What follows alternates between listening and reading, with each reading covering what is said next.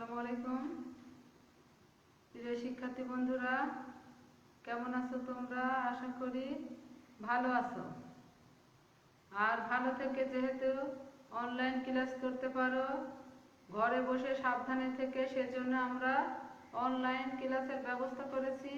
এখন আমি সমসপুর উচ্চ বিদ্যালয়ের পক্ষ থেকে রেহেনা আরজু অনলাইন ক্লাস নেব। সপ্তম শ্রেণীর বাংলাদেশ ও বিশ্ব পরিচয়, দ্বিতীয় অধ্যায়, বাংলাদেশের সংস্কৃতি ও সাংস্কৃতিক বৈচিত্র্য।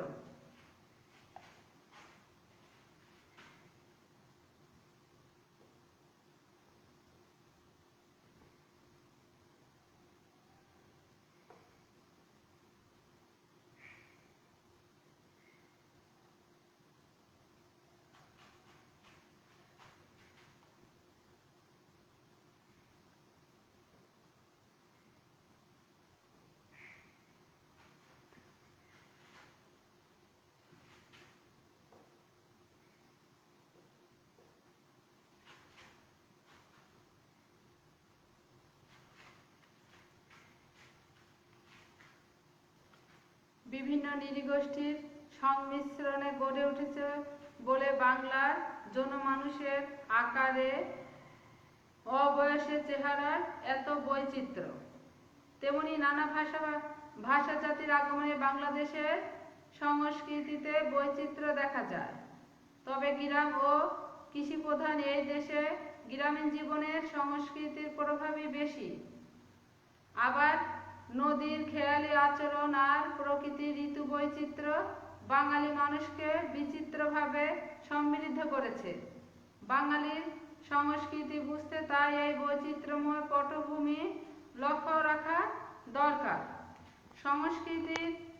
বাংলাদেশের সাংস্কৃতিক বৈচিত্র্যের যে ধারণা, সংস্কৃতির বৈচিত্র্য ধর্মের ভূমিকাটা আমরা জেনে নিই। মানুষের ব্যক্তি ও সমাজ জীবনে ধর্ম খুবই বড় ভূমিকা পালন করে, কারণ প্রত্যেকেরই একটা নিজস্ব ধর্ম আছে। সমাজ বিকাশের একটা পর্যায়ে প্রকৃতি পূজার মাধ্যমে মানুষ অতি প্রাকৃত শক্তিকে নিয়ন্ত্রণ করতে চাইত। এদেশেও এর ব্যতিক্রম ছিল না। তারা যেমন প্রকৃতির বৃহৎ শক্তি হিসাবে আকাশ, বাতাস, সূর্য, চন্দ্রকে পূজা করত, তেমনি প্রকৃতির জীবন্ত উপাদান নদী, সমুদ্র, বৃক্ষ প্রভৃতিকে ভজনা করেছে। বিরাক্ষণ্য ধর্ম প্রচারিত হওয়ার পর প্রচলিত পুরনো দেবদেবীর ভজনা কিছু থেকে গেল, আর কিছু দেবদেবী নতুন যুক্ত হলো। স্থানীয় ভক্তিগীত, মন্ত্রতন্ত্র, পুঁথি কাব্য প্রচলিত থাকল। সাথে যুক্ত হলো সংস্কৃত ভাষার আর্যদের নানা বৈদিক মন্ত্র ও ধর্মগ্রন্থ। প্রতিমা তৈরি ও এর সাজসজ্জা, অলঙ্করণ, পট নির্মাণ ইত্যাদি চারুকলার চর্চা যেমন রয়েছে, তেমনি আরাধনা, আরতি মিলে ভক্তিমূলক চর্চা প্রচলিত থাকলো। হিন্দু ধর্মীয় অনুষ্ঠানে নৃত্যেরও স্থান রয়েছে। সুফি সাধকরাই প্রধানত দেশের ইসলাম ধর্ম প্রচার করেছেন। তুরস্ক, ইরাক, ইরান, আফগানিস্তান ও মধ্য এশিয়া থেকে আসা ভাগ্যান্বেষী মানুষের মাধ্যমে বাংলার মুসলিম সমাজের প্রসার ঘটেছে।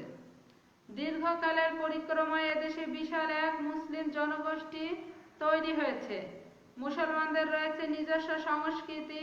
তাদের রয়েছে দুইটি ঈদ উৎসব, ঈদ উল ফিতর ও ঈদ উল আজহা। তবে প্রাচীন কৃষিভিত্তিক গ্রামীণ সমাজের ধারাবাহিকতায় বিভিন্ন ধর্ম বিশ্বাসী মানুষেরা এদেশে পাশাপাশি শান্তিতে বসবাস করে আসছে। বাংলার সংস্কৃতিতে বাউল, মুর্শিদি গান সহ বিভিন্ন লোকগানে আর নকশিকাঁথা সহ অধিকাংশ লোকশিল্পে সকল সম্প্রদায়ের মানুষের অবদান রয়েছে। বাংলাদেশে অন্যান্য ধর্মের অনুসারীদের মধ্যে বৌদ্ধ ও খ্রিস্ট বৌদ্ধরা গৌতম বুদ্ধের অনুসারী। তারা বুদ্ধ পূর্ণিমা উৎসব মুখর অনুষ্ঠানের আয়োজন করে। এদেশের খ্রিস্টান সম্প্রদায় নিজেদের নানা ধর্মীয় অনুষ্ঠান ও পার্বণ উদযাপন করে থাকে। বড়দিন ও যীশু খ্রিস্টের জন্মদিনে অবশ্য বড় অনুষ্ঠানের আয়োজন করা হয়। এতে অন্যান্য সম্প্রদায়ের মানুষ আমন্ত্রিত হয়। দেশের ক্ষুদ্র নৃগোষ্ঠীর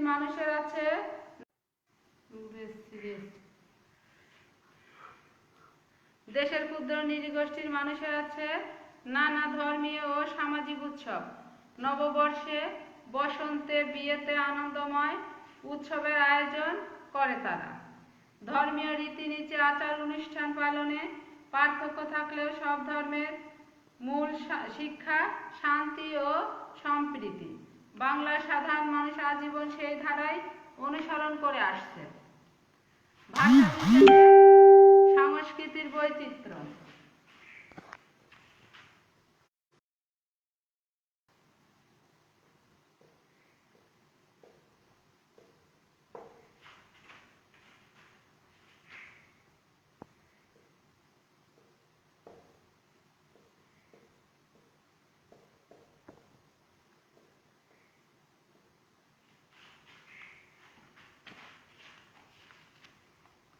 বাংলাদেশের অধিকাংশ মানুষ বাংলা ভাষায় কথা বললেও কিছু সংখ্যক অধিবাসী আছেন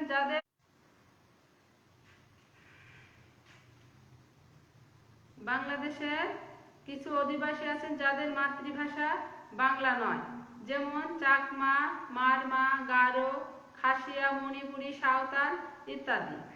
এভাবে ভাষার দিক থেকেও এদেশে সাংস্কৃতিক বৈচিত্র্য দেখা যায়। এদেশের মানুষের প্রধান ভাষা বাংলা হলেও এই ভাষার মধ্যে দিনে দিনে অনেক ভাষার মিশ্রণ ঘটেছে। হাজার বছর ধরে নানা জাতির মানুষ এসেছে বাংলাদেশে, তাদের ভাষার প্রভাব পড়েছে বাংলা ভাষায়।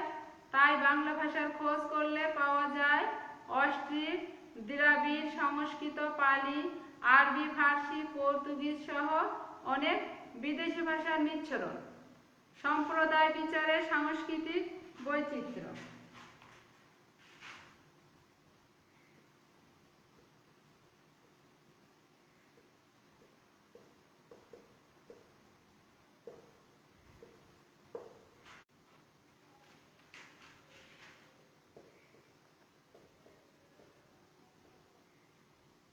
সম্প্রদায় বিচারে সাংস্কৃতিক বৈচিত্র্য।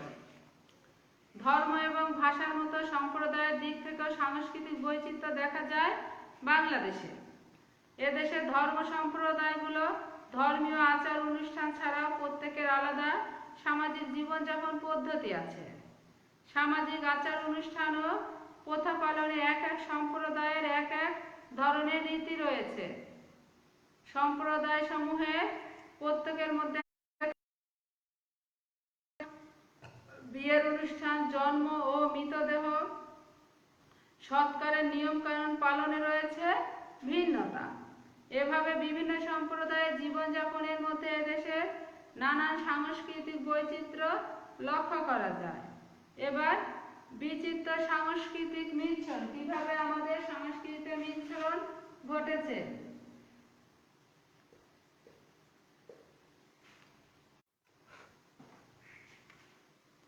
সাংস্কৃতিক মিশ্রণ।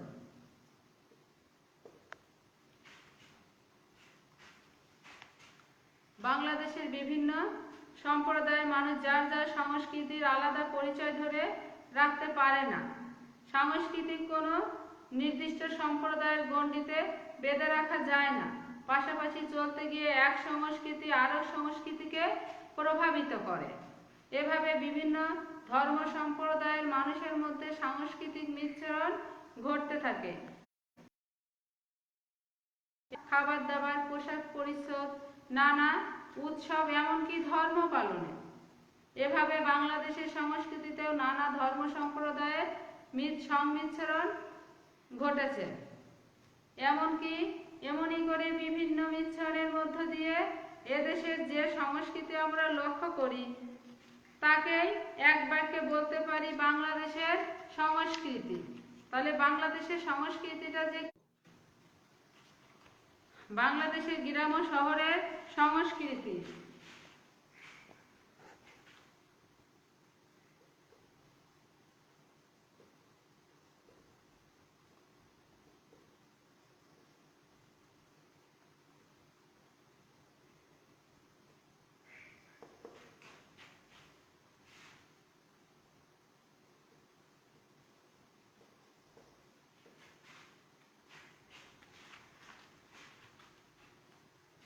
গ্রাম ও শহর দুটোই রয়েছে বাংলাদেশে। একসময় বাংলাদেশকে বলা হতো একটি বড় গ্রাম।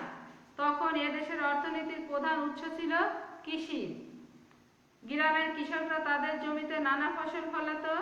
কালের পরিক্রমায় গ্রাম অঞ্চলে শহর গড়ে উঠলেও তাতে গ্রামের প্রভাবই থেকে গিয়েছিল। পরে এক পর্যায়ে পরিবর্তন আসতে থাকে, গড়ে উঠতে থাকে বড় বড় শহর। জনসংখ্যা বৃদ্ধি পায়, শুধু কৃষির উপর নির্ভর করে চলাও কঠিন হয়ে পড়ে। তাই মানুষ তৈরি করে নানা শিল্প প্রতিষ্ঠান। উৎপাদন হতে থাকে হরেক রকম পণ্য সামগ্রী। শিল্প প্রতিষ্ঠানে কাজ করতে এসে অনেক শহরে বসবাস শুরু করে। শহরকে কেন্দ্র করে শিল্প প্রতিষ্ঠানে কাজ করতে এসে অনেকেই শহরে বসবাস শুরু করে। শহরকে কেন্দ্র করে শুরু হয় ব্যবসা বাণিজ্য। চাকুরি সুবিধার্থে গ্রাম থেকে শহরে আসে অনেকে। এভাবে গ্রামের মানুষের চেয়ে শহরে বাস করা মানুষের জীবনযাত্রা অনেকটা আলাদা হয়ে যায়। তবে একে অপরের সংস্কৃতি থেকে একেবারে বিচ্ছিন্ন হয়ে যায়নি। বাংলাদেশের গ্রামীণ সংস্কৃতি, কিরকম সংস্কৃতি এখন বাংলাদেশের গ্রামে, সেটা সম্পর্কে তোমাদের সামনে তুলে ধরব। মানুষ যা করে, যা ভাবে, এমন সকল কিছুই কিন্তু তার সংস্কৃতি। গ্রামের মানুষ নানা ধরনের পেশার সাথে যুক্ত থাকে। আর এভাবে সে যে আচরণ করে, যা সৃষ্টি করে বা যে ভূমিকা রাখে, তার একত্রিত যেসব পেশাজীবী গ্রামে বাস করে তাদের মধ্যে উল্লেখযোগ্য হলো কৃষক, জেলে, কামার, কুমার, তাঁতি, মাঝি, দর্জি, কবিরাজ, ডাক্তার, ওঝা, বৈদ্য, ব্যবসায়ী, মসজিদের ইমাম, মন্দিরের পুরোহিত প্রভৃতি। বাংলাদেশের গ্রামীণ জীবনের সংস্কৃতিকে আমরা দুই ভাগে বিশ্লেষণ করতে পারি। একটি হচ্ছে সামাজিক অর্থনৈতিক জীবন ভিত্তিক, আর একটি হচ্ছে উৎসব ও বিনোদন ভিত্তিক।